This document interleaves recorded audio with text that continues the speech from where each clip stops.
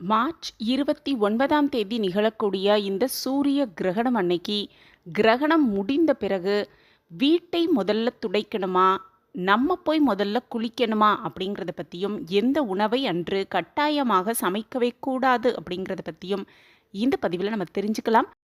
சூரியன், சந்திரன், பூமி இது எல்லாமே 3ம் ஒரே நேர்கோட்டுல வரும் பொழுது தான் கிரகணம் ஏற்படுது அப்படிங்கிறது நமக்கு தெரியும். பூமிக்கும் சூரியனுக்கும் இடையில சந்திரன் கடந்து செல்லும் பொழுது சூரிய கிரகணம் ஏற்படுது அப்படிங்கிறது தான் உண்மை. அந்த நிகழ்வின் போது சூரியனுடைய ஒளியை சந்திரன் தற்காலிகமாக தடுக்கிறது அப்படிங்கிறது தான் இதனுடைய உட்பொருள். இந்த சூரிய கிரகணம் 2025ஆம் ஆண்டு நிகழக்கூடிய இந்த சூரிய கிரகணம் அப்படின்னு பார்த்தோன்னா மார்ச் 29 சனிக்கிழமை அன்னைக்கு நிகழ இருக்கு.